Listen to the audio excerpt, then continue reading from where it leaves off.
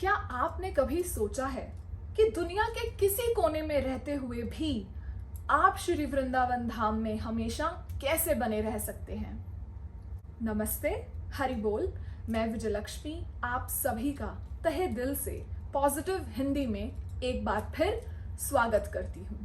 पिछले एपिसोड में हमने देखा कि वृंदावन धाम श्री कृष्ण का हृदय कैसे है, कि आज भी श्री वृंदावन धाम में प्रभु की अनन्य लीलाएं घटती रहती हैं। आज भी श्री वृंदावन धाम के वातावरण में, वहाँ के कण कण में श्री राधा कृष्ण जी वास करते हैं। और यदि हमारे हृदय में प्रेम है प्रभु के लिए, तो ठाकुर जी कैसे हमारा ख्याल रखते हैं और मेक श्योर करते हैं कि वृंदावन में रहते हुए हम उनके और करीब कैसे जा सकें। आज के एपिसोड में हम इस रहस्यमय प्रश्न का उत्तर खोजेंगे कि हम हमेशा श्री वृंदावन धाम में कैसे बने रह सकते हैं। शुरू करने से पहले प्रेम से बोलिए श्री वृंदावन धाम की जय।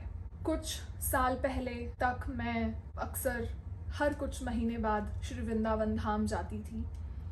मेरे प्यारे बांके बिहारी जी, उनके मंदिर में जाती थी, उनसे बातें करती थी।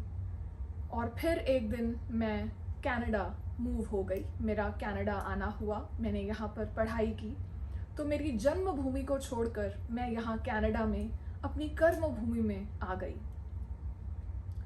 मुझे सच कहूँ तो मुझे मेरे माता पिता की इतनी याद कभी नहीं आई जितनी मुझे मेरे प्यारे बांके बिहारी लाल जी की याद आती है आज भी।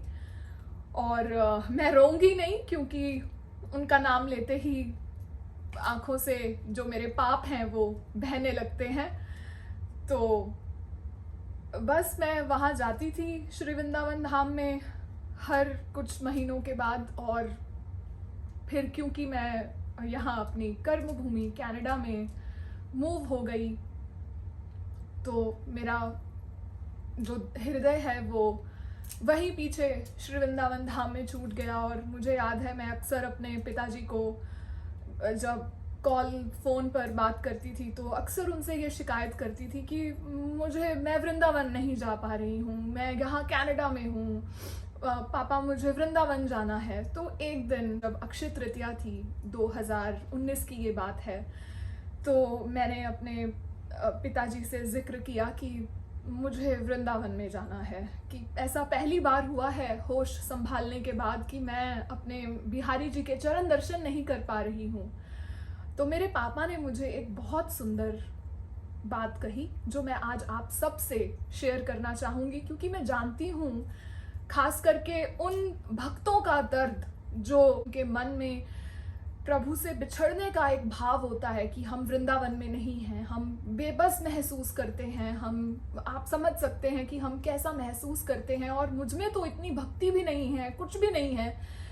और अगर मुझे इतना महसूस होता है तो मैं तो सोच भी नहीं सकती कि आप सब भक्तों को कितना कष्ट होता होगा ये सोचकर कि हम वृंदावन से दूर हैं।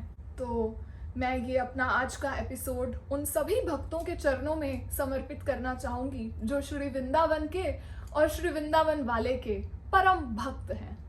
और मेरे लिए भी आप प्रार्थना कीजिएगा कि मुझे भी आपकी तरह भक्ति रस चखने को मिले। तो जब मैंने अपने पिताजी से जिक्र किया कि मैं हमेशा वृंदावन में क्यों नहीं रह सकती, तो उन्होंने मुझसे एक बहुत अच्छी बात कही, जो कि ग्रंथों में इसका उत्तर खोजने पर मुझे ये बात मिली।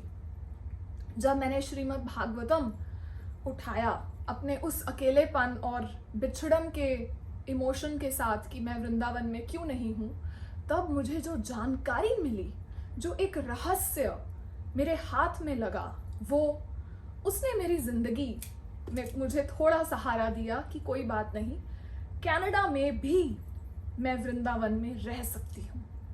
कैसे, यही सोच रहे हैं ना आप? तो बिना देरी के मैं आपसे पहला एक जो कुछ स्टेप्स हैं जो हम फॉलो करेंगे और हमेशा वृंदावन में बने रहेंगे। तो सबसे पहले हमारे अंदर कुछ परिवर्तन होने चाहिए जिससे कि हम हमेशा वृंदावन धाम में बने रहें।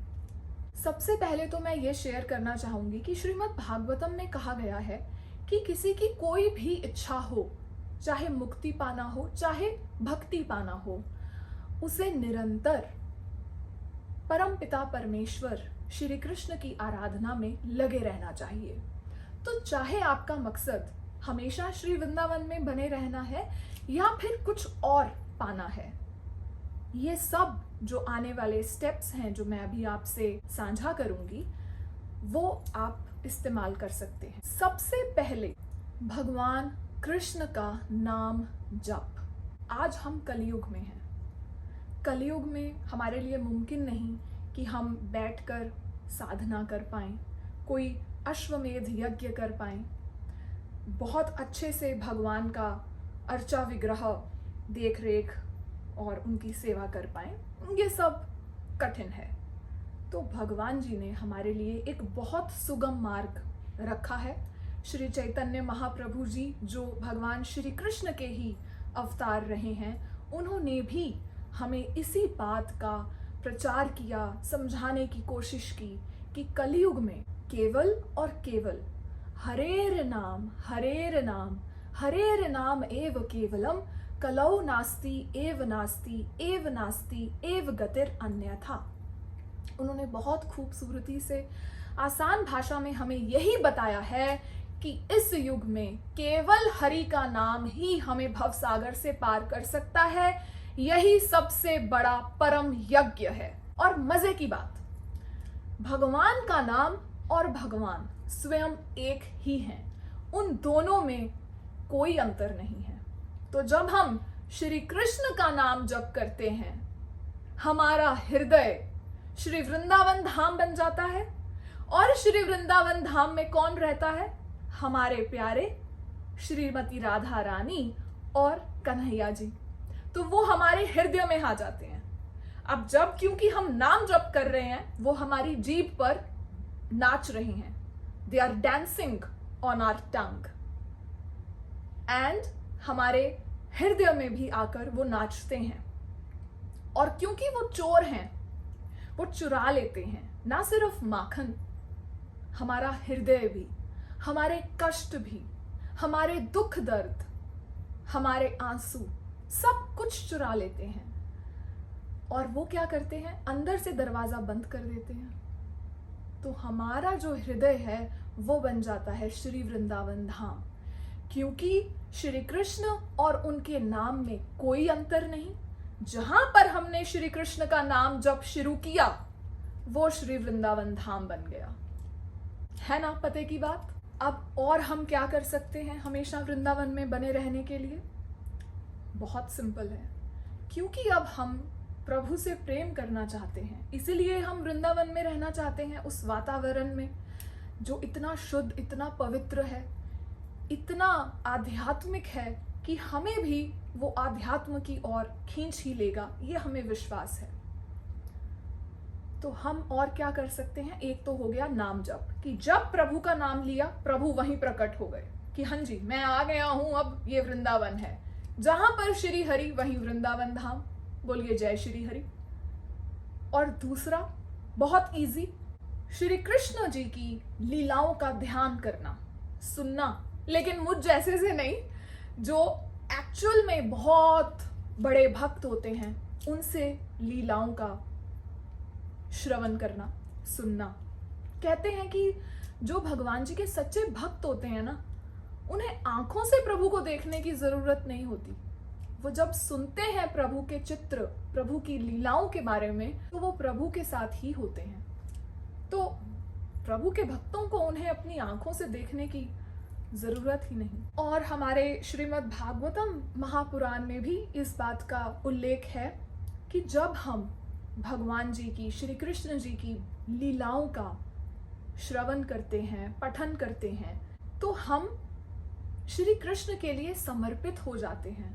आप खुद सोचिए, जब आप एक नन्हे बालक के बारे में पढ़ेंगे, सुनेंगे, सुमिरन करेंगे, तो कैसे नहीं होगा हमें उनसे प्यार?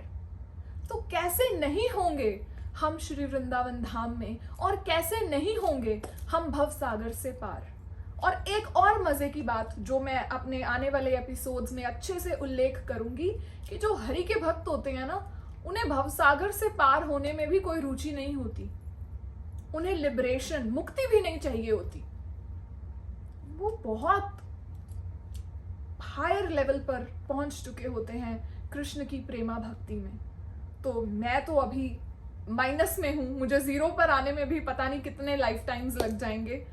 बट हाँ, हरि के भक्तों में बहुत पावर है, और हरि के भक्त अब यही हमारी एक और चाबी है इस गुत्थी को सुलझाने की कि हमेशा वृंदावन में कैसे रहें। तो एक हो गया प्रभु का निरंतर नाम जप, दूसरा हो गया प्रभु की लीलाओं के बारे में सुमिरन, पठन, श्रवण करना। अब तीसरा, हरि के भक्तों की सेवा। क्या आप जानते हैं कि हरि के भक्तों की सेवा करना माने वृंदावन में रहना? श्रीमद् भागवतम में भी इस बात का उल्लेख मिलता है कि जहां पर भी श्री कृष्ण जी के भक्तों की महिमा का गायन होता है, चर्चा होती है, वो स्थान वृंदावन बन जाता है। बोलिए हरि के भक्तों की जय। तो हमने देखा नाम जप, निरंतर नाम जप, निरंतर हरि की कथाओं का पठन पाठन, श्रवण, और हरि के भक्तों की सेवा।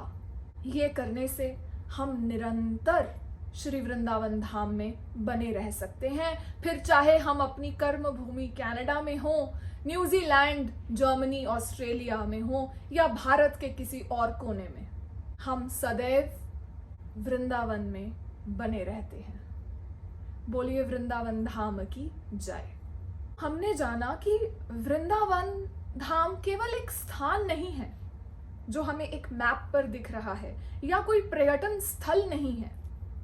वो निरंतर प्रभु का चिंतन और शुद्ध भक्ति की एक स्थिति है। आई होप कि जो मैंने आज आपसे शेयर किया वो सबसे ना केवल आप बल्कि मैं भी अपने हृदय को श्री वृंदावन धाम हमेशा बना सकूं। मैं मिलती हूं आपसे अगले मंगलवार को यहीं YouTube और Spotify पर। तब तक के लिए श्री राधा कृष्ण जी का नाम जपते रहिए, हरि के भक्तों की सेवा करते रहिए, हमारे ग्रंथों में रुचि रखते रहिए, और अपने हृदय को वृंदावन धाम बनाने की कोशिश करते रहिए, क्योंकि कोशिश करने वालों की कभी हार नहीं होती। मैं विजयलक्ष्मी अब आपसे आज्ञा लेती हूँ। नमस्ते, हरि बोल।